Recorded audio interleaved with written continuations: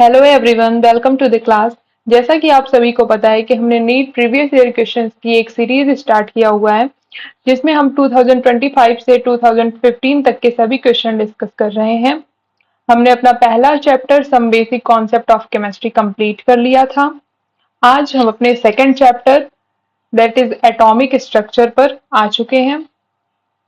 ये चैप्टर भी बहुत इंपॉर्टेंट है, इससे भी हर साल एक दो क्वेश्चंस पूछ लिए जाते हैं, तो आप इसको स्किप मत करिएगा, बल्कि इसे पढ़ लीजिएगा और इसके सभी क्वेश्चंस भी सॉल्व कर लीजिएगा। सब बहुत ही आसान फॉर्मूलाज होते हैं, जिसकी हेल्प से आप आसानी से आंसर निकाल सकते हैं। तो स्टार्ट करते हैं हमारे फर्स्ट क्वेश्चन से। The ratio of wavelength of the light absorbed bye hydrogen atom when it undergoes n is equal to n is equal to 3 and n is equal to 4 to n is equal to 6 transitions. तो इसमें हमें wavelength का ratio पूछा हुआ है hydrogen atom के लिए, जिसमें दो एनर्जी स्टेट दी हुई है। इन एनर्जी स्टेट का अगर वेवलेंथ रेशियो निकाल लेते हैं तो हमें आसानी से आंसर पता चल जाएगा। तो हम जानते हैं वेवलेंथ के लिए एक फॉर्मूला होता है 1/लैम्डा is equal to RH 1/n1 square minus 1/n2 का स्क्वायर। इस फॉर्मूले में इन दोनों एनर्जी स्टेट की वैल्यू को पुट करेंगे और रेशियो ऑफ वेवलेंथ निकाल लेंगे। तो फर्स्ट के लिए if n is equal to 2 to n is equal to 3 के लिए लैम्डा की वैल्यू निकालते हैं। मान लो लैम्डा 1 इसे is equal to RH 1/2 square minus 1/3 square. ये आ जाएगा RH 1/4 माइनस 1/9। ये आ जाएगा 5 RH अपॉन 36। इसी तरीके से if n is equal to 4 to 6, यहाँ से लैम्डा की वैल्यू निकालो 1/λ2 is equal to RH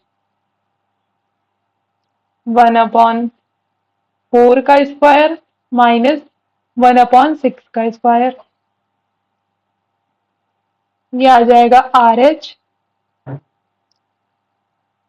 20/16 into 36। अब देखो लैम्डा 1 और लैम्डा 2 की वैल्यू हमें पता चल गई है, तो हम इन दोनों का रेशियो निकाल लेते हैं, क्योंकि क्वेश्चन में हमें रेशियो ही पूछा गया है। तो लैम्डा 1 डिवाइडेड बाई लैम्डा 2। हमें तो 1/लैम्डा की वैल्यू पता है, और लेकिन यहाँ पे लैम्डा 1 की वैल्यू रखना है, तो हमें इस वैल्यू को रिवर्स कर देना पड़ेगा, यानी कि 36 डिवाइडेड बाई 5 RH।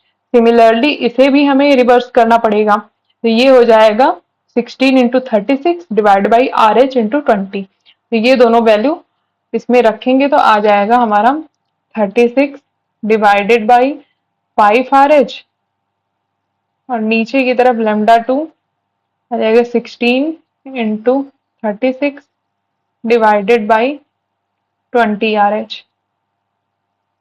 इसे सॉल्व करिए, RH से RH कैंसिल हो जाएगा, 5 4 जा 20, 36 से 36 कैंसिल हो जाएगा, और 4 4 जा 16। यहाँ से लैम्डा 1/λ2 की वैल्यू आ जाएगी 1/4। B is the correct option. बढ़ते हैं हमारे नेक्स्ट क्वेश्चन पे। Energy and radius of first Bohr orbit of helium plus and lithium plus. तो हमें एनर्जी का फॉर्मूला पता होना चाहिए और रेडियस का फॉर्मूला पता होना चाहिए। ये दोनों फॉर्मूला अगर हमें पता है तो हम इस क्वेश्चन को आसानी से सॉल्व कर सकते हैं। तो देखते हैं हमारा सबसे पहले एनर्जी का फॉर्मूला क्या होता है। En is equal to minus 2.18 cross 10 to the power minus 18 Z square upon N square. ये हमारा फॉर्मूला होता है जूल में। यहाँ पे E is equal to energy हो गया, N is equal to orbit number होगा या फिर प्रिंसिपल क्वांटम नंबर। और इसी तरीके से अगर हम रेडियस का फॉर्मूला निकालते हैं तो वो आ जाएगा 52.9 into N square upon Z, ये आ जाएगा पिकोमीटर में। तो हमें देखो किसका किसका पूछा हुआ है, एक हीलियम प्लस का पूछा हुआ है और एक लिथियम प्लस 2 का पूछा हुआ है। तो सबसे पहले मान लो हीलियम प्लस का निकालते हैं। तो हीलियम प्लस के लिए Z is equal to, helium plus के लिए Z is equal to, Z मतलब atomic number is equal to 2 आ जाएगा, और इसके लिए n principal quantum number is equal to 1 आ जाएगा, क्योंकि इसमें देखो 1s2 दो इलेक्ट्रॉन है तो इसके लिए प्रिंसिपल क्वांटम नंबर 1 है, इसके लिए एन इज इक्वल टू 1 आ जाएगा।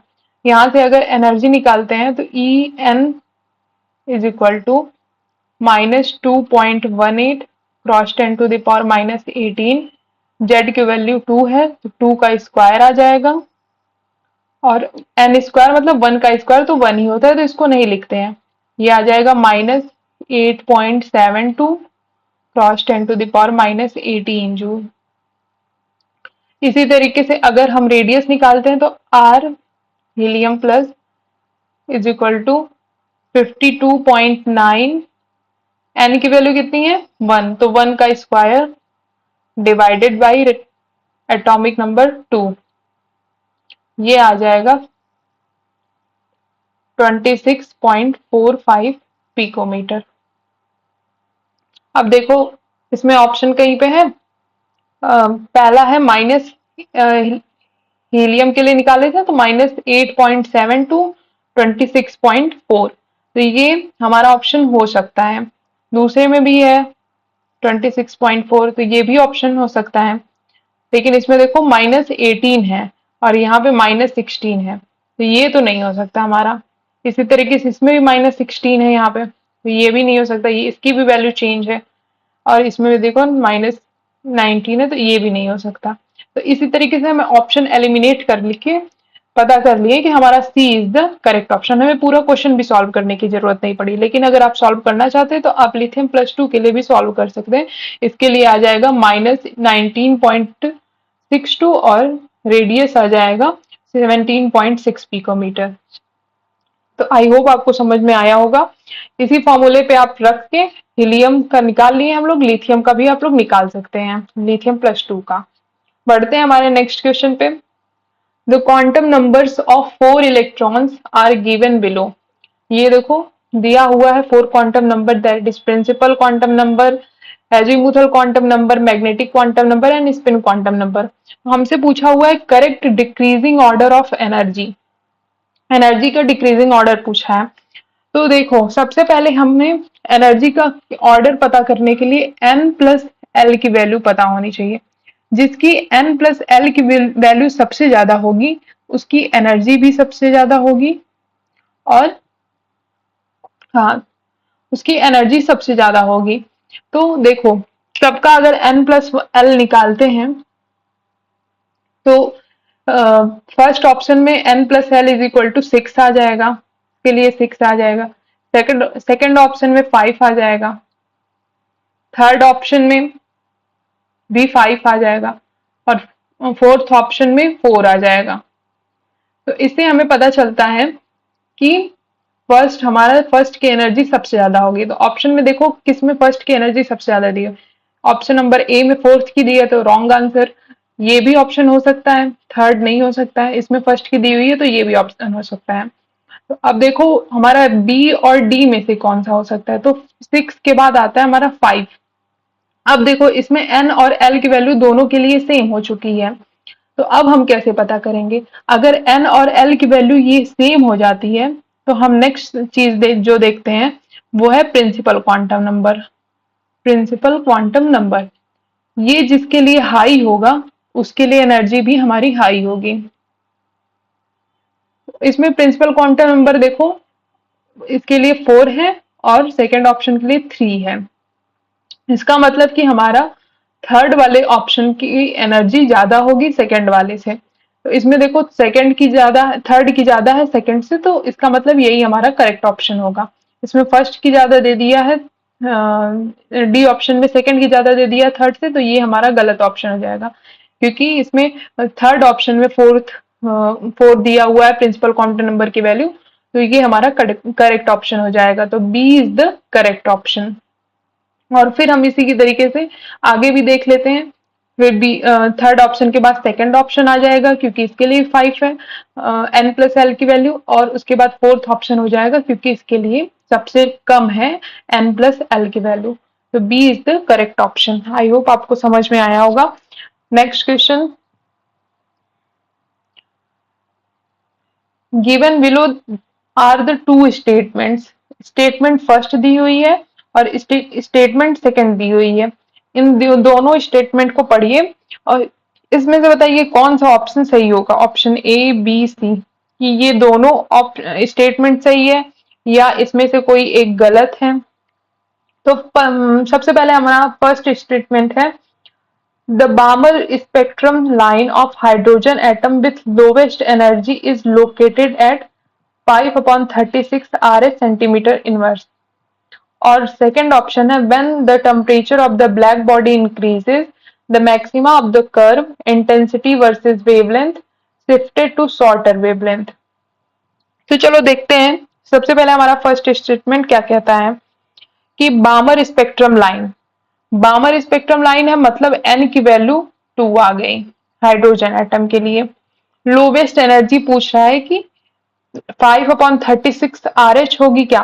तो एनर्जी का अभी हमने फॉर्मूला जानते हैं कि एनर्जी इज इक्वल टू होता है 1/λ, और 1/λ इज इक्वल टू क्या होता है, आर एच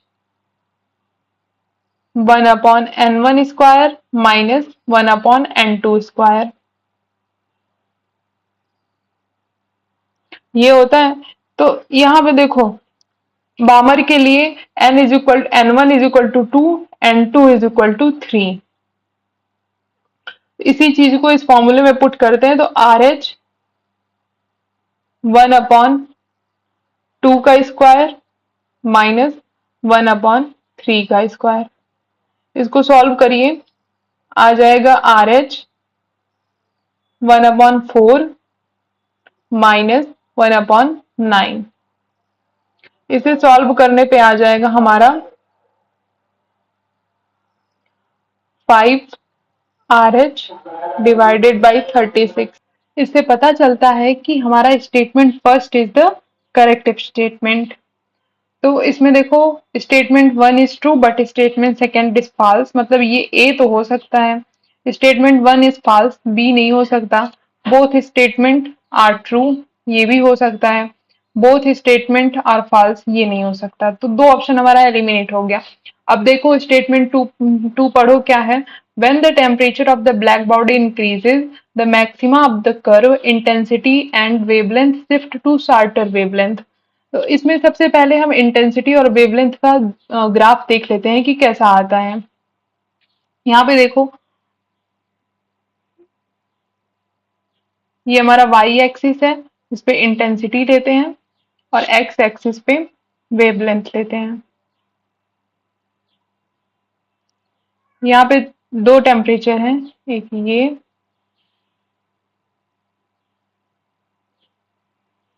ये हमारा T1 टेम्परेचर पे है और ये T2 टेम्परेचर पे। इसका मैक्सिमम इंटेंसिटी मैक्सिमा यहाँ पे आ रहा है, इसका इंटेंसिटी मैक्सिमा यहाँ पे आ रहा है। तो इसमें हमें पता चलता है कि देखो जैसे हम टेम्परेचर को बढ़ाते हैं, यहाँ पे T1 is greater than T2। तो टेम्परेचर को अगर हम बढ़ा रहे हैं तो वेवलेंथ की जो मैक्सिमा है वो शॉर्टर होती चली जा रही है। ये यहाँ पे है और ये यहाँ पे, मतलब ये वाली वेवलेंथ तो कम है, यहाँ पे वेवलेंथ, ये वाली वेवलेंथ कम है और यहाँ पे वेवलेंथ ज्यादा है। तो हमारा टेम्परेचर जो है बढ़ रहा है और वेवलेंथ कम हो रही है, क्योंकि हम जानते हैं कि जैसे जब टेम्परेचर बढ़ाते हैं तो एनर्जी भी बढ़ती चली जाती है और एनर्जी वेवलेंथ के इनवर्सली प्रोपोर्शनल होता है।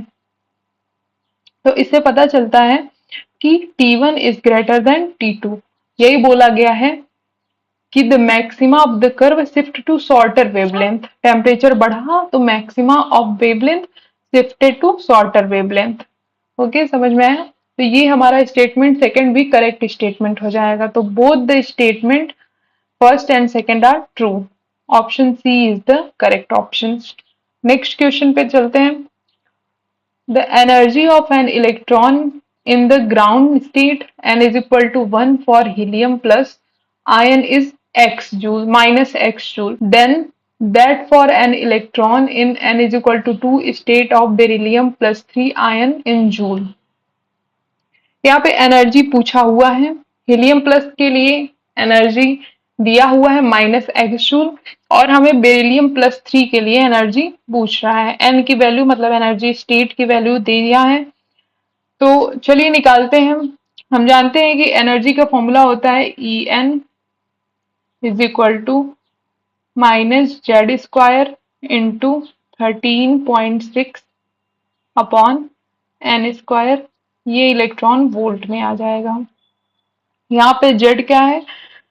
एटॉमिक नंबर है और n है वो एनर्जी स्टेट है। यहाँ पे E1 इज इक्वल टू आ जाएगा हीलियम प्लस के लिए। हीलियम प्लस के लिए E1 इज इक्वल टू आ जाएगा -2 का स्क्वायर इंटू 13.6 डिवाइडेड बाई 1 का स्क्वायर। ये आ जाएगा -54.4 इलेक्ट्रॉन वोल्ट। इसी तरीके से अगर हम बेरिलियम प्लस 3 के लिए निकालते हैं, बेरिलियम प्लस 3 के लिए E2 इज इक्वल टू -4 का स्क्वायर इंटू 13.6 डिवाइडेड बाई 2 का स्क्वायर। ये भी आ जाएगा हमारा -54.4 इलेक्ट्रॉन वोल्ट। इस फॉर्मूले से हम निकालते हैं तो हीलियम के लिए और बेरिलियम प्लस 3 के लिए दोनों के लिए एनर्जी की वैल्यू सेम आती है, पर हमें हीलियम प्लस के लिए एनर्जी की वैल्यू -x जूल दिया हुआ है। इसका मतलब कि जितना ये होगा उतना ही हमारा बेरिलियम प्लस 3 के लिए भी होगा, क्योंकि इस फॉर्मूले से हमने निकाला तो दोनों के लिए सेम ही आया। तो इसमें हमारा option A is the correct option. जितना हमारा हीलियम के लिए होगा उतना ही हमारा बेरिलियम प्लस 3 के लिए भी एनर्जी की वैल्यू हो जाएगी। नेक्स्ट क्वेश्चन देखते हैं। इसमें दिया हुआ है कि क्वांटम नंबर दिया है और वो क्या इंफॉर्मेशन प्रोवाइड करते हैं वो दिया हुआ है। तो इस क्वेश्चन को सॉल्व करने से पहले सबसे पहले हम आपको बता देते हैं कि 4 तरीके से क्वांटम नंबर होते हैं। फर्स्ट, जिसे प्रिंसिपल क्वांटम नंबर कहते हैं और इसको n से डिनोट करते हैं।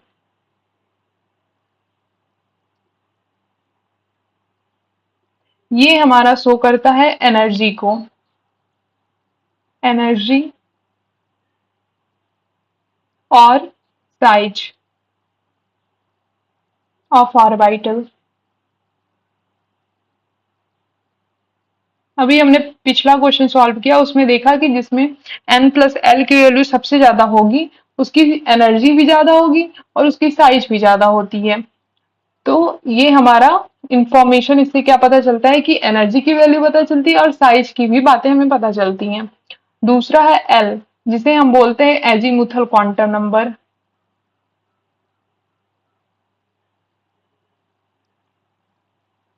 एजीमुथल क्वांटम नंबर से हमें शेप के बारे में पता चलता है कि कोई ऑर्बिटल का शेप कैसा है, ये पता चलता है। फॉर एग्जाम्पल, अगर हमारे पास एल इज इक्वल टू 0 है तो इसका शेप क्या होगा? एस ऑर्बिटल होगा और इसका शेप हम जानते हैं ऐसा होता है। और एल इज इक्वल टू 1 है तो ये हमारा पी ऑर्बिटल हो जाएगा। इसका शेप डम्बल शेप होता है। एल इज इक्वल टू 2 है तो ऐसे ही डी ऑर्बिटल हो जाएगा। एल इज इक्वल टू 3 है तो ये एफ ऑर्बिटल हो जाएगा। तो इससे सबके ऑर्बिटल के हमें शेप पता चल जाते हैं। नेक्स्ट है हमारे पास M, that is magnetic quantum number.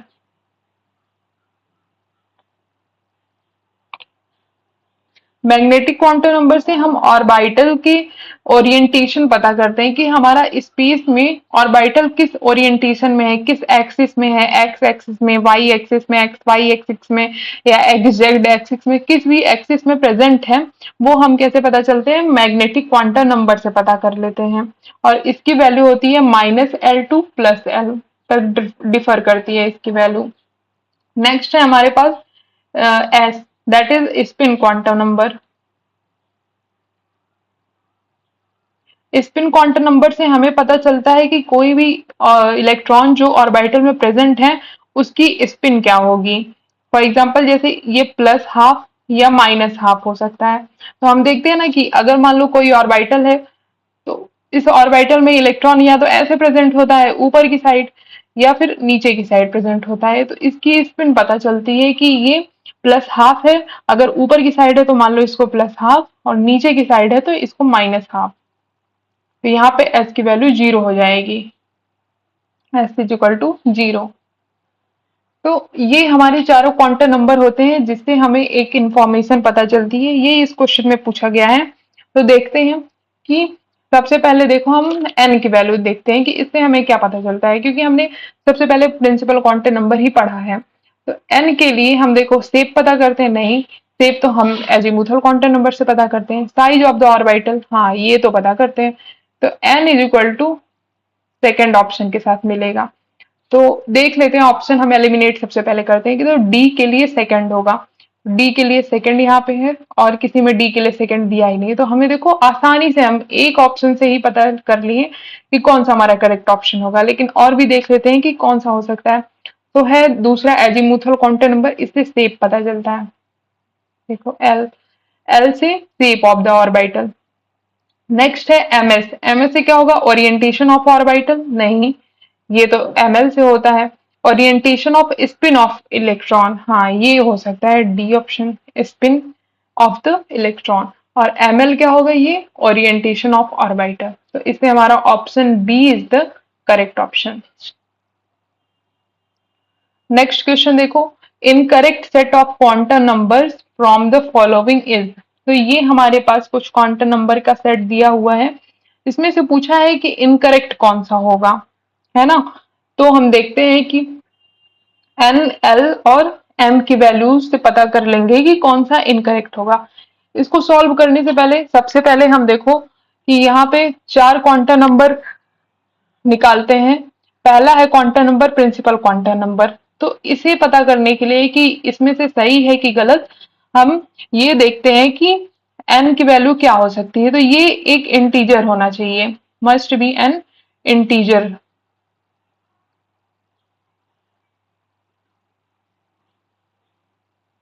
तो देखो इसमें ये चारों इंटीजर हैं क्या, हाँ ये तो चारों हैं, इससे तो हमें नहीं पता चला। नेक्स्ट है तो फिर हमें L, that is azimuthal quantum number से पता करना पड़ेगा कि क्या ये सही गिवन है। तो एल की वैल्यू हमेशा 0 से ज्यादा आएगी, 0 से ज्यादा या फिर 0 के बराबर भी हो सकती है, और n-1 से हमेशा कम होगी। n की वैल्यू हमें पता चल जाएगी, उससे अगर एक घटा करके या तो उसके बराबर होगी या उससे कम होगी। ये अभी हम चेक करते हैं कि किसमें ऐसा है या नहीं है। तीसरा है magnetic quantum number. Magnetic quantum number की वैल्यू -L से +L तक होगी। और चौथा है स्पिन क्वांटम नंबर, इसकी वैल्यू +½ होगी या -½ होगी। ये चारों चीज देख करके आप आसानी से पता कर सकते हैं कि कौन सा क्वांटम नंबर का सेट वो गलत है। तो सबसे पहले देखो फर्स्ट वाला हम देखते हैं। इसके लिए n की वैल्यू 4 है, ओके। l की वैल्यू 3 है, मतलब n-1 है, ये भी सही है, हो सकता है n-1। m की वैल्यू +L से -L तक होनी चाहिए, मतलब +3 से -3 तक होनी चाहिए। तो देखते हैं, या -3 से +3 तक कुछ भी बोल सकते हैं। तो इसमें देखो -3, -2, -1, 0, +1, +2, +3, ये भी सही है। और स्पिन क्वांटम नंबर के लिए -½ तो ये हमारा ऑप्शन करेक्ट हो जाएगा, मतलब ये हमारा इनकरेक्ट सेट नहीं है। नेक्स्ट देखो कि n इज इक्वल टू 5, हाँ ठीक है। l इज इक्वल टू 2, मतलब n-1 से ये तो ये भी हमारा सही हो जाएगा। तो अगला देखो, एल की वैल्यू माइनस एल से प्लस एल तक होनी चाहिए। क्या हमारा है -2 -1, यहाँ पे 0 होना चाहिए था, +1 +2, तो ये तो हमारा गलत हो गया। ये हमारा ऑप्शन हो सकता है क्योंकि यहाँ पे ml की वैल्यू गलत दी हुई है। तो इससे पता चलता है B is the correct option. लेकिन अगला भी चेक कर लेते हैं। देखो इसमें n is equal to 4 given है, l is equal to 2 given है, ये -2 से +2 तक गिवन है, और m इज इक्वल टू -1/2। तो मतलब ये तो सही है हमारा। n is equal to 5, l is equal to 3, ml is equal to -3 से +3, ये सब भी सही ही है। तो option B is the correct option. ये आप चीज याद रखिएगा, इससे आप किसी भी तरीके के क्वेश्चंस को सॉल्व कर सकते हैं। ये आप हमेशा ध्यान में रखिएगा। तो आपसे जो काउंटर नंबर के सेट्स वाले क्वेश्चन आते हैं, और ये हमेशा ये ऐसे एक दो क्वेश्चन रिपीटेड मोड में पूछ लिए जाते हैं, तो ये बहुत ही इंपॉर्टेंट क्वेश्चन है। इसको आप टैग कर लीजिए, स्टार दे देती हूँ मैं। नेक्स्ट क्वेश्चन है, given below are two statement. दो स्टेटमेंट दी हुई है, इसमें पूछा हुआ है कि कौन सी स्टेटमेंट सही है या फिर दोनों सही है या दोनों गलत है। तो पढ़ते हैं हमारा, the value of B function phi depends upon the coordinate of the electron in an atom. तो ये जो फाई होता है ये डिसाइड करता है कि किसी भी ऑर्बिटल में इलेक्ट्रॉन कहाँ पे प्रेजेंट है। तो इसे ये फाई बताता है कि वो कहाँ पे ऑर्बिटल में प्रेजेंट है। अगर हम किसी भी इलेक्ट्रॉन की पोजीशन को चेंज करते हैं तो वो फाई की वैल्यू भी चेंज हो जाती है। तो इससे हमारा स्टेटमेंट 1 करेक्ट ऑप्शन हो जाएगा। स्टेटमेंट सेकंड को पढ़ो। अब the probability of finding an electron at a point within an atom is proportional to the orbit wave function. हाँ, ये तो सही है कि ये ऑर्बिट वेव फंक्शन के प्रोपोर्शनल होती है, लेकिन square of the orbit wave function के प्रोपोर्शनल होती है। जैसे कि probability of finding electron, probability of finding electron is directly proportional to the square of orbit wave function। तो अगर यहाँ पे स्क्वायर मेंशन रहता तो ये हमारा करेक्ट ऑप्शन हो जाता, लेकिन यहाँ पे स्क्वायर तो मेंशन है नहीं, तो ये हमारा गलत स्टेटमेंट हो जाएगा। तो statement 1 is the true, but statement second is wrong. तो ये ऐसा कौन सा ऑप्शन है? Statement first is true but statement second is false. तो option A is the correct option. Next question देखो, यहाँ पे हमारे पास 5 स्टेटमेंट दिए हुए हैं। Choose the correct answer from the option given below. तो इसमें पढ़ो, पहला स्टेटमेंट क्या दिया हुआ है, atoms of all elements are composed of 2 fundamental particles. ऐसा होता है क्या कि एटम जो है वो 2 फंडामेंटल पार्टिकल से मिलकर के बना होता है? मैंने तो सुना है इलेक्ट्रॉन होता है, प्रोटॉन होता है और न्यूट्रॉन होता है। तो ये हमारा ऑप्शन गलत हो जाएगा, क्योंकि यहाँ पे 2 दिया हुआ है लेकिन यहाँ पे 3 होता है, इलेक्ट्रॉन, प्रोटॉन, न्यूट्रॉन, इससे मिलकर के एटम बना होता है। नेक्स्ट ऑप्शन है कि mass of an electron is 9.10939 cross 10⁻31 kilogram. हाँ, ये एकदम सही है कि इलेक्ट्रॉन का मास इतना ही होता है, और अगर इसको ग्राम में करोगे तो यहाँ पे -34 ग्राम हो जाएगा। तो ऑप्शन बी करेक्ट हो जाएगा। All the isotopes of a given elements show same chemical properties. ये भी ऑप्शन हमारा सही होगा, क्योंकि आइसोटोप का मतलब क्या होता है कि एटॉमिक नंबर तो हमारा सेम होगा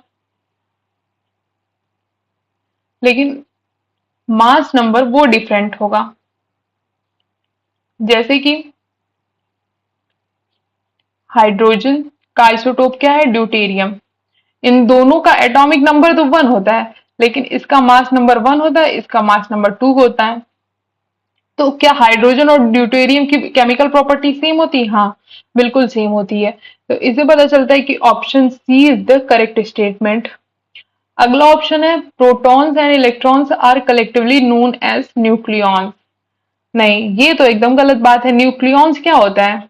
न्यूक्लियॉन्स ये हमारा होता है प्रोटॉन प्लस न्यूट्रॉन, और यहाँ पे क्या दिया हुआ है, प्रोटॉन एंड इलेक्ट्रॉन, तो ऑप्शन डी हमारा गलत हो जाएगा। क्या है अगला, Dalton atomic theory regarded the atom as an ultimate particle of the matter. हाँ, डाल्टन ने हमें एटम के बारे में ही बताया था, इलेक्ट्रॉन, प्रोटॉन और न्यूट्रॉन के बारे में हमें आगे चल करके जानकारी मिली। तो according to Dalton the ultimate particle of matter is an atom, तो option E is the correct option. तो इससे पता चलता है कि बी सी ई हमारा करेक्ट आंसर हो जाएगा, तो ऑप्शन नंबर सी, क्योंकि इसमें बी सी ई दिया हुआ ना, तो करेक्ट ऑप्शन हो जाएगा। नेक्स्ट क्वेश्चन देखो, the relation between N M the number of permissible values of magnetic quantum number M for a given value of azimuthal quantum number is. तो यहाँ पे एजीमुथल क्वांटम नंबर की वैल्यू पूछा हुआ है कि कितना होगा फॉर मैग्नेटिक क्वांटम नंबर। तो मैग्नेटिक क्वांटम नंबर के टर्म में एजीमुथल क्वांटम नंबर का फॉर्मूला हम सभी जानते हैं,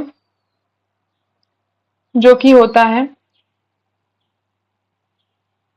N M is equal to होता है 2l प्लस 1। तो यहां से अगर l की वैल्यू निकालते हैं, l इज इक्वल टू आ जाएगा एन एम माइनस 1/2। तो करेक्ट ऑप्शन यहाँ पे D is the correct option. इसका मतलब इस क्वेश्चन में ये पूछा हुआ है कि total count of valid numerical outcome, कि जैसे हम जानते हैं कि m की वैल्यू l के टर्म्स में कितनी होती है, -l से +l तक होती है ना। मान लेते हैं कि l की वैल्यू लेट से 2 है, तो ये हो जाएगा -2 टू +2, यहाँ पे आ जाएगा -2 प्लस -1, 0 प्लस 1 प्लस 2, कितनी वैल्यू है, 5 वैल्यूज हैं। और अगर इस फॉर्मूले से निकालते हैं, तो इस फॉर्मूले से निकालो तो देखो कितनी आती है, 2 into 2 plus 1 is equal to 5। तो यही पूछा गया कि permissible value of magnetic quantum number कितनी होगी, तो ये है 2l प्लस 1 के हिसाब से आ जाएगी हमारी, इस फॉर्मूले से हम निकाल सकते हैं आसानी से। तो option D is the correct option. Next question है कि क्वांटम नंबर दिया हुआ है और ऑर्बिटल पूछा हुआ है कि उस क्वांटम नंबर से कौन सा ऑर्बिटल बनता है। तो इसमें ऑप्शंस दिए हुए हैं। सबसे पहले मैं आपको बता देती हूँ कि कौन सा ऑर्बिटल कौन से क्वांटम नंबर को डिनोट करता है। जैसे कि मान लो प्रिंसिपल क्वांटम नंबर जो होता है n, ये 1 2 3 4 कुछ भी हो सकता है एंड सो ऑन। और जो एजीमुथल क्वांटम नंबर होता है ये 0 1 2 3, तो ऐसे ही आगे भी होता चला जाता है। तो अगर इसके लिए 0 आ रही है वैल्यू, तो इसका मतलब ये s ऑर्बिटल होगा। l के लिए s के बाद p आता है, p के बाद d आता है, फिर f, फिर g h i, ऐसे ही आगे बढ़ता चला जाता है। तो हम देखते हैं कि n की वैल्यू 2 है, l की वैल्यू 1 है, मतलब यहाँ पे 2 और l इज इक्वल टू 1 है, तो मतलब p आ जाएगा। यहाँ पे 3 d आ जाएगा, 3 s और 2 s, ये हमारा। अब मिला लो कैसा है, तो 2p पहले में कहा है, a का ये हो जाएगा 3d, फोर्थ हो जाएगा 3s, ये हो जाएगा, और इसका मतलब a का थर्ड होगा, a का थर्ड ये हो सकता है, ये हो सकता है, ये गलत है, ये भी गलत है। b का फोर्थ, ये भी सही, इसमें भी b का फोर्थ गिवन है, इसमें b का, c का सेकंड, c का फर्स्ट, तो बी ऑप्शन गलत हो जाएगा। Option A is the correct answer. Next question देखो, when electromagnetic radiation of wavelength 300 nanometre falls on a surface of metal, electrons are emitted with the kinetic energy 1.68 cross 10 to the power 5 joule mole inverse. What is the minimum energy needed to remove an electron from the metal? जैसे कि मान लो हम किसी भी matter को energy दे रहे हैं, तो वो एनर्जी हमारा किस में जाएगा, एक तो वेव फंक्शन मतलब कि उसमें से इलेक्ट्रॉन को निकालने के काम आएगा। दूसरा काइनेटिक एनर्जी में, तो हमें यहाँ पे इलेक्ट्रॉन को निकालने के लिए जो एनर्जी होती है वो वेव फंक्शन होती है, और काइनेटिक एनर्जी ऑलरेडी हमारे पास गिवन है, जो कि निकलने के बाद इलेक्ट्रॉन मूव करता है, वो वाली एनर्जी होती है। और टोटल एनर्जी जो कि हम देते हैं वो हमारा एच न्यू होता है।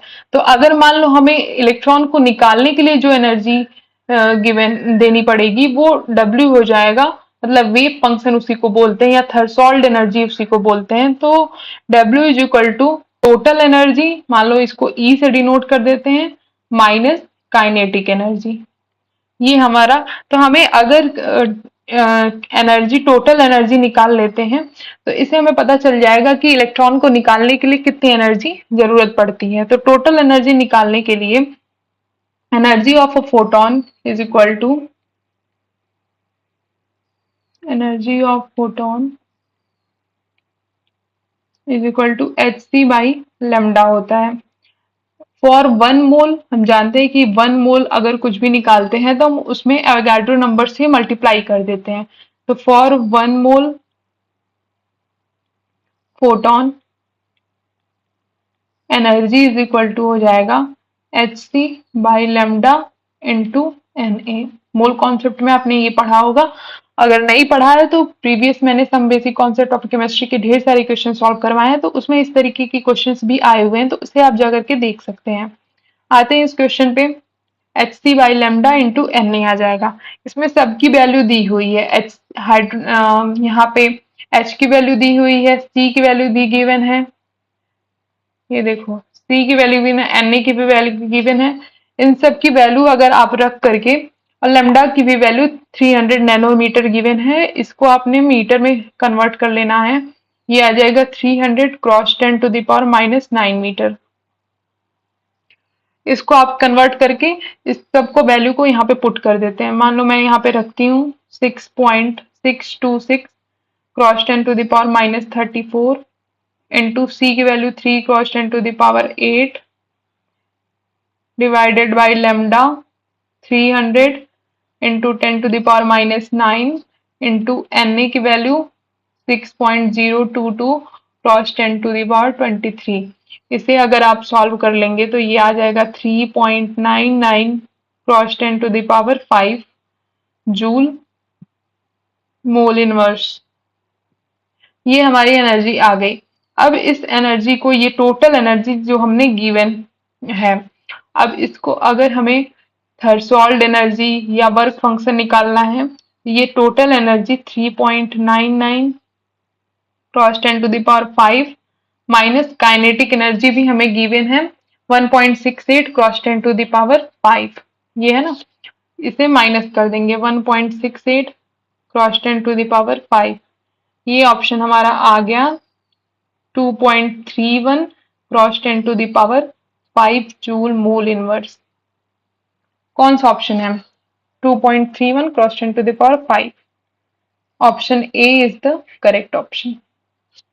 बढ़ते हैं हमारे नेक्स्ट क्वेश्चन पे। Identify the incorrect statement from the following. तो हम पढ़ते हैं 4 स्टेटमेंट गिवन है। All the 5d orbitals are different in size when compared to the respective 4d orbitals। तो अभी हमने बताया कि साइज किससे पता चलती है? हमें साइज का पता चलता है प्रिंसिपल क्वांटम नंबर से, और जिसका प्रिंसिपल क्वांटम नंबर ज्यादा होगा उसकी साइज भी ज्यादा होगी। तो यहाँ पे 4d गिवन है और 5d गिवन है। 4d और 5d में प्रिंसिपल क्वांटम नंबर 5d का ज्यादा होगा, तो मतलब इसकी साइज भी ज्यादा हो जाएगी, इसकी साइज 5d की ज्यादा हो जाएगी 4d से। तो इससे पता चलता है कि ऑप्शन ए करेक्ट है, क्योंकि all the 5d orbitals are different in size when compare to 4d, तो ऑप्शन ए करेक्ट हो जाएगा। नेक्स्ट ऑप्शन है कि all the 5 4d orbitals have shapes similar to the respective 3d orbitals। क्या बोल रहा है कि 4d ऑर्बिटल का शेप 3d ऑर्बिटल के शेप के सिमिलर होगा। हाँ, क्योंकि शेप पता चलता है एजीमुथल क्वांटम नंबर से, L से, और इसमें दोनों के लिए L की वैल्यू 2 है। तो मतलब कि 4d ऑर्बिटल का शेप 3d ऑर्बिटल के शेप से सिमिलर होगा। तो ऑप्शन बी भी हमारा करेक्ट ऑप्शन हो जाएगा। In an atom all the 5 3d orbital are equal in energy in free state. Free state में अगर हमारे पास कोई 5d ऑर्बिटल हैं, 1 2 3 4 5, तो इनकी एनर्जी भी इक्वल होगी। दैट इज ये हमारा डीजनरेटेड स्टेट होगा, यहाँ पे एनर्जी सबकी बराबर होती है। तो ये भी हमारा एक करेक्ट स्टेटमेंट है। अगला स्टेटमेंट है the shape of D X Y D Y Z D Z X orbitals are similar to each other and D X square Y square and D Z square are similar to each other. नहीं, ऐसा नहीं होता है। D X Y D Y Z D Z X की तो हमारे पास जो similar होते हैं ऑर्बिटल्स के शेप, लेकिन डी एक्स स्क्वायर और डी जेड स्क्वायर के सिमिलर नहीं होते हैं। कैसे देखते हैं। मान लो हमारे पास एक एक्स एक्सिस है, ये वाई एक्सिस है। तो एक्स एक्सिस के लिए D X square Y square का शेप कैसा होता है, ऐसा होता है।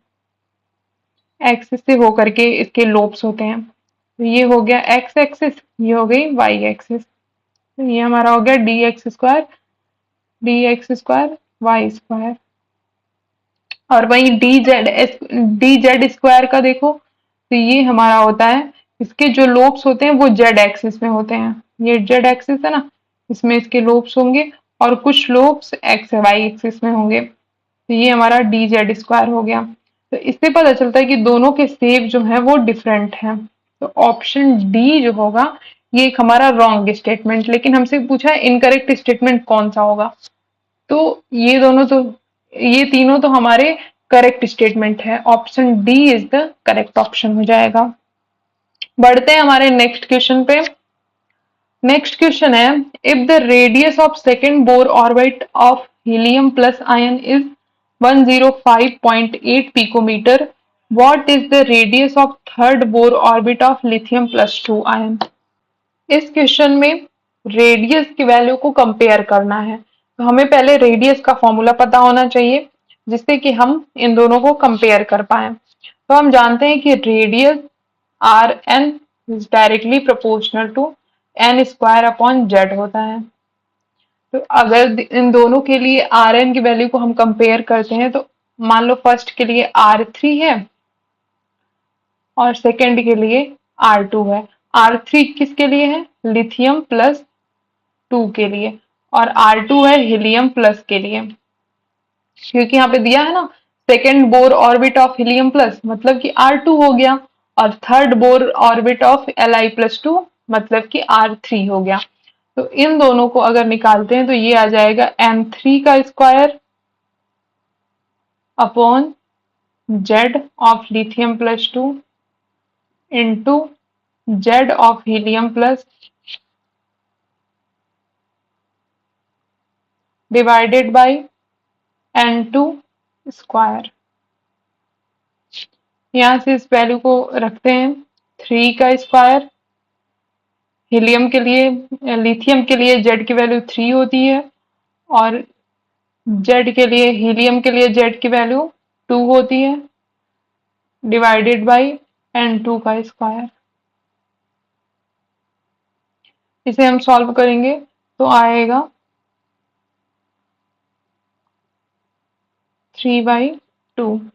ये देखो कट गया ना, 3/2 आ गया। यहाँ पे R3 अपॉन R2 है। तो हमें क्या पूछा है, R3 for lithium, R2 into 3/2। R2 की वैल्यू कितना गिवन है, 105.8 इंटू 3/2, ये आ जाएगा 158.7 picometre. Option A is the correct option. Next question देखो, a particular station of All India Radio New Delhi broadcast on a frequency of 1368 kilohertz. The wavelength of the electromagnetic radiation emitted by the transmitter is speed of light given है। तो इस value में energy सबसे पहले निकालते हैं कि energy of electromagnetic radiation E is equal to H C by lambda, और एनर्जी इज इक्वल टू ये भी होता है एच न्यू। इन दोनों को कंपेयर करते हैं, H nu is equal to H C by lambda. यहाँ से एच की वैल्यू कट हो जाएगी तो न्यू आ जाएगा सी बाई लेमडा। सी की वैल्यू कितनी गिवन है, 3 × 10⁸ गिवन है, और हमें लेमडा की वैल्यू निकालनी है तो लेमडा इज इक्वल टू हो जाएगा सी अपॉन न्यू। ये आ जाएगा 3 × 10⁸ अपॉन न्यू, यहाँ पे होगा ना, अपॉन न्यू कितना गिवन है 1368 किलो हर्ट्ज में गिवन है। इसको हर्ट्ज में कन्वर्ट करेंगे तो ×10⁻³ हो जाएगा। ये आ जाएगा 219.3 पिकोमीटर।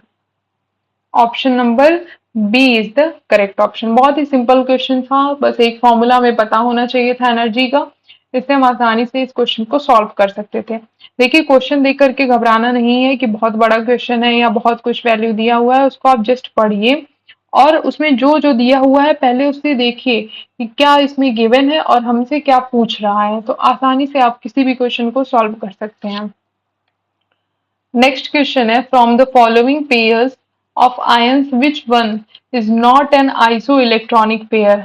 तो हमें सबसे पहले इन सब में पता करना होगा कि कितने कितने इलेक्ट्रॉन प्रेजेंट हैं, तो उसे हम आसानी से पता कर लेंगे कि आइसो इलेक्ट्रॉनिक पेयर कौन सा नहीं है।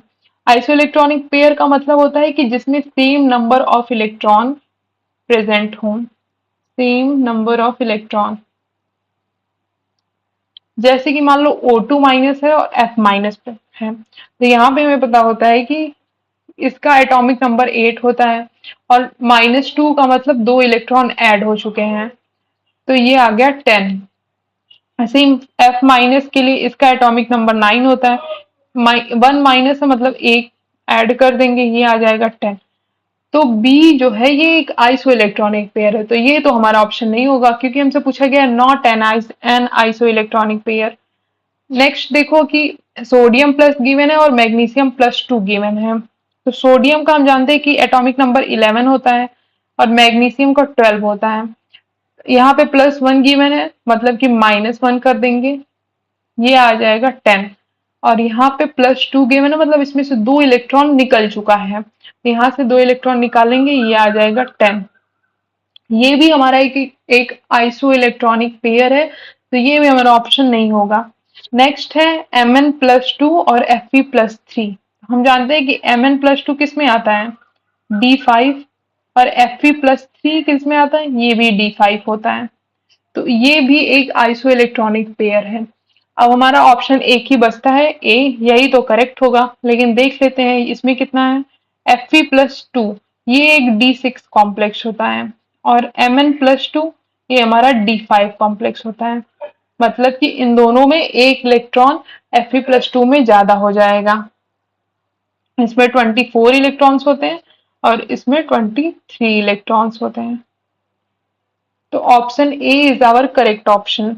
नेक्स्ट क्वेश्चन पे बढ़ते हैं, which one of the following series of transition in the spectrum of hydrogen atoms falls in visible region. तो देखो सबसे पहले हमारे यहाँ आती है लाइमन,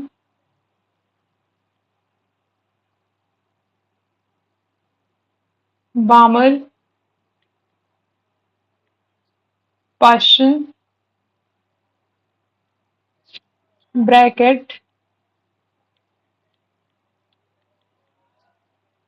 इसको लाइमन जो सीरीज होती है वो हमारा यूवी रीजन में आती है, बामर विजिबल रीजन में, और पाशन और ब्रैकेट ये दोनों आती है हमारा आईआर रीजन में। तो हमसे क्या पूछा हुआ है, बामर सीरीज जो होगी वो किस रीजन में होगी, तो विजिबल रीजन में होगी। तो देखो इसमें फॉलोइंग स्पेक्ट्रम विजिबल रीजन में कौन सा होगा, वो होगा हमारा Balmer. Option number D is the correct option. Next question की तरफ बढ़ते हैं, 4d 5p 5f 6p orbitals are arranged in the order of decreasing energy, the correct option is. इस क्वेश्चन में देखो हमने जैसे पहले अभी एक क्वेश्चन सॉल्व किया था, इसमें भी एनर्जी का ही पूछा गया था कि हमने n+l की वैल्यू से सॉल्व किया था कि एनर्जी का जो ऑर्डर होगा वो क्या होगा। सेम उसी तरीके से ये क्वेश्चन भी आप लोग सॉल्व करिए और इस क्वेश्चन का जो आंसर होगा उसको कमेंट सेक्शन में देना ना भूलिएगा। बढ़ते हैं हम अपने नेक्स्ट क्वेश्चन पे। Which one is the wrong statement? Total orbital angular momentum of an electron in s orbital is equal to the zero. तो मतलब L की वैल्यू जीरो होती है s ऑर्बिटल के लिए। हाँ, ये अभी हमने देखा, पहले वाले क्वेश्चन में सॉल्व किया था कि s ऑर्बिटल के लिए L की वैल्यू जीरो होती है, तो ये ऑप्शन करेक्ट हो जाएगा।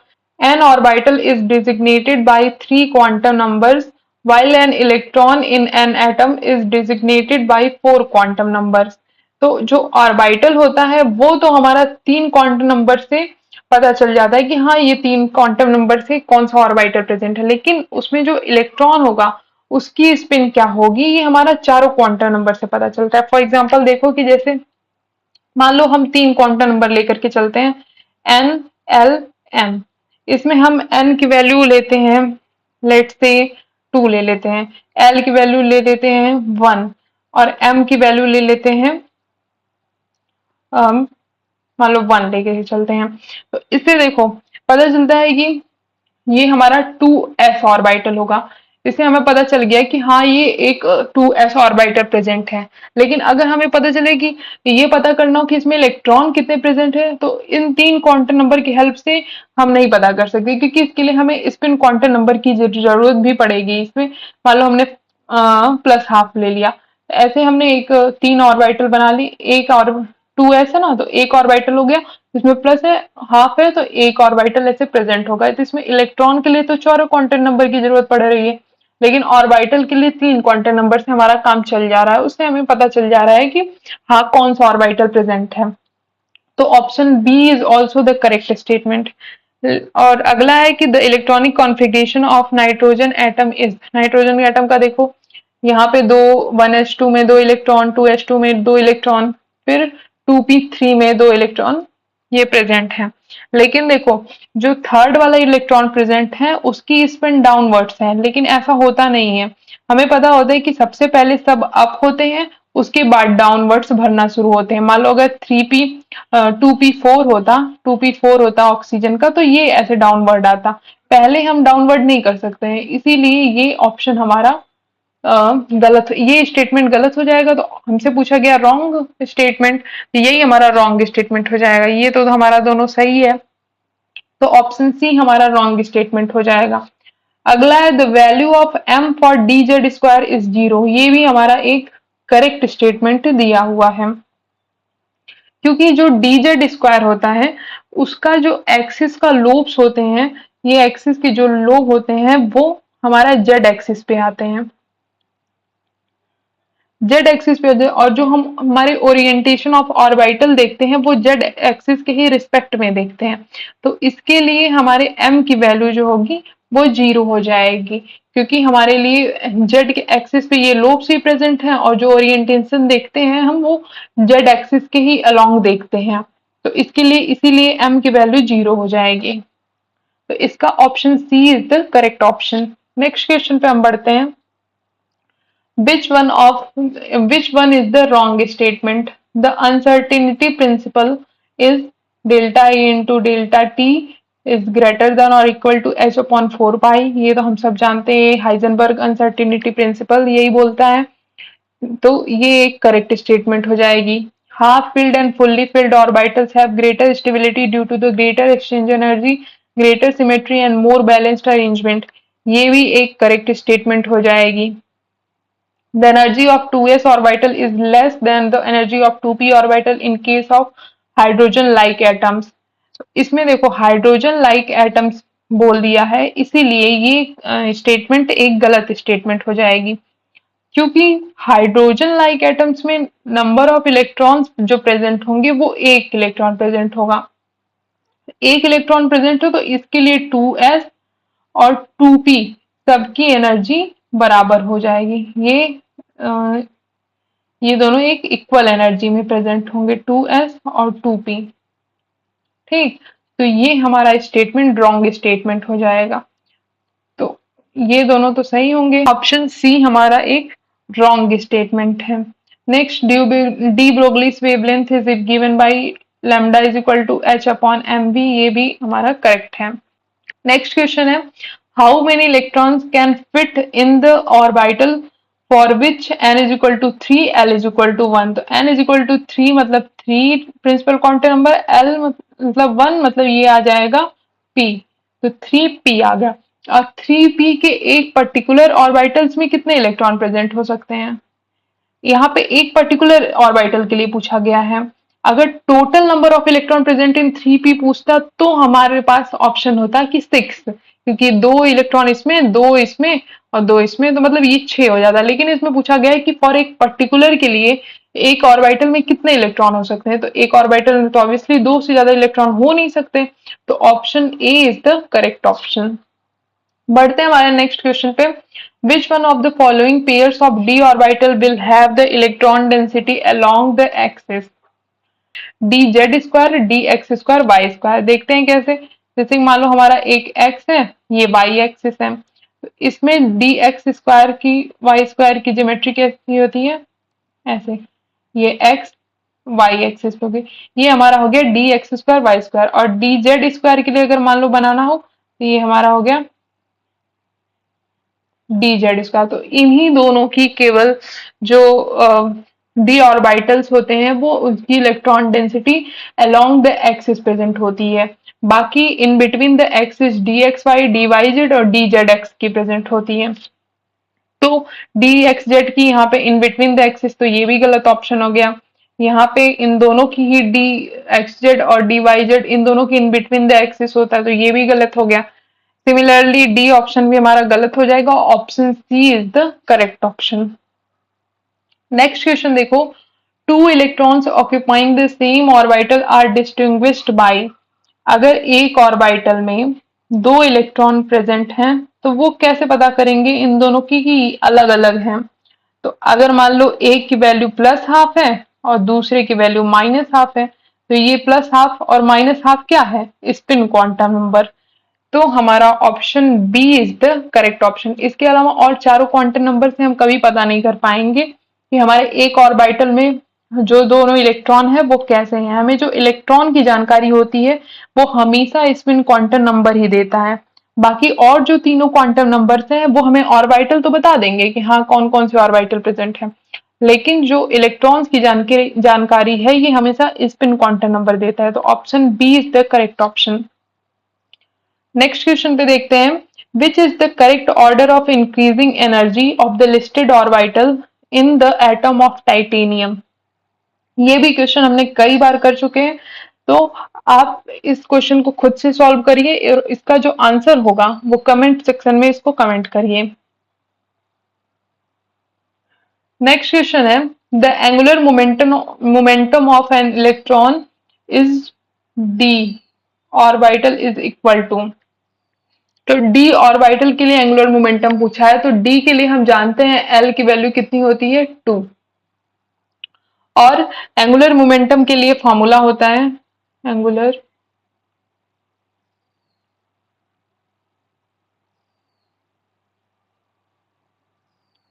Angular momentum is equal to L L plus 1 H. ये फॉर्मूला होता है। यहाँ से एल की वैल्यू यहाँ पे रख देंगे तो ये आ जाएगा 2 प्लस 1 एच। ये आ जाएगा हमारा √6 H. Option number C is the correct option. पढ़ते हैं हमारे नेक्स्ट क्वेश्चन पे। The number of D electrons in Fe+2 is equal Z is equal to 26 Pi is not equal to the number of electrons in which of the following। तो इसमें दिया हुआ है कि Fe+2 में जितने इलेक्ट्रॉन प्रेजेंट हैं वो कौन से ऐसे ऑर्बिटल होंगे उसमें जितने इलेक्ट्रॉन प्रेजेंट होंगे उसके इक्वल नहीं होगा। तो हम जानते हैं Fe+2 मतलब D में हमारा 6 इलेक्ट्रॉन प्रेजेंट है। तो D electrons in Fe in Z is equal to 26। तो Fe में हमारे पास Z इज इक्वल टू 26 है तो भी D इलेक्ट्रॉन्स में 6 ही इलेक्ट्रॉन प्रेजेंट होगा, क्योंकि जो इसमें Fe+2 है ना, इसमें 2 इलेक्ट्रॉन जो निकल रहे हैं वो s ऑर्बिटल से निकलते हैं, तो F में तो D6 ही प्रेजेंट रहता है। और नेक्स्ट है P electrons in neon Z is equal to 2, Z is equal to 10। तो देखो P इलेक्ट्रॉन्स कितना होता है इसमें, Z इज इक्वल टू 10 है तो 1s2 2s2 2p 6। तो 2p6 में कितना इलेक्ट्रॉन है? 6। तो ये भी हमारा इसमें भी equal number of electron present है। नेक्स्ट है एस ऑर्बिटल इन मैग्नीशियम। तो मैग्नीशियम का अगर एटॉमिक कॉन्फ़िगरेशन लिखेंगे, इलेक्ट्रॉनिक कॉन्फ़िगरेशन, तो आ जाएगा 1s2 2s2 2p6 3s2। ये हो गया ना 12। तो इसमें देखो एस इलेक्ट्रॉन्स किसमें किसमें प्रेजेंट है? 2 इसमें, 2 इसमें और 2 इसमें। तो ये तीनों मिला करके आ गया 6। तो ये भी हमारा same number of electrons present है। नेक्स्ट ऑप्शन है, तो नेक्स्ट यही बचा, तो यही करेक्ट होगा, लेकिन इसको भी देख लेते हैं। P electrons in chlorine. तो इस क्लोरीन का इलेक्ट्रॉनिक कॉन्फ़िगरेशन लिखो 1s2 2s2 2p6 3s2 3p5। तो इसमें पी में देखो कितने इलेक्ट्रॉन है, 6 तो इसमें प्रेजेंट हो जाएंगे और 5 इसमें प्रेजेंट हो गए। तो ये हो गया 6 + 5 दैट इज 11 इलेक्ट्रॉन। तो ये हमारे नंबर ऑफ इलेक्ट्रॉन्स मैच नहीं कर रहे हैं, तो option D is the correct option. तो यहाँ तक हमारे सभी क्वेश्चंस हैं। आई थिंक 25 या 30 के लगभग क्वेश्चंस होंगे जो कि पिछले 11 सालों में पूछे गए हैं, जो कि बहुत ही इंपॉर्टेंट हैं। आपने इन्हें अगर एक बार सॉल्व कर लिया है तो आप अपना कमेंट सेक्शन में स्कोर जरूर बताइएगा कि आपने कितने क्वेश्चन सॉल्व कर लिए हैं और कितने क्वेश्चंस आपको नहीं आ रहे थे जो पहले, पर अब आ गए हैं। तो आगे हम अपना नेक्स्ट चैप्टर भी इसी तरीके से लेकर के आएंगे। और अगर आपको किसी भी चीज में डाउट हो रहा है तो आप कमेंट करके उसे पूछ सकते हैं, मैं उसको सॉल्व करने की कोशिश करूंगी। Thank you so much.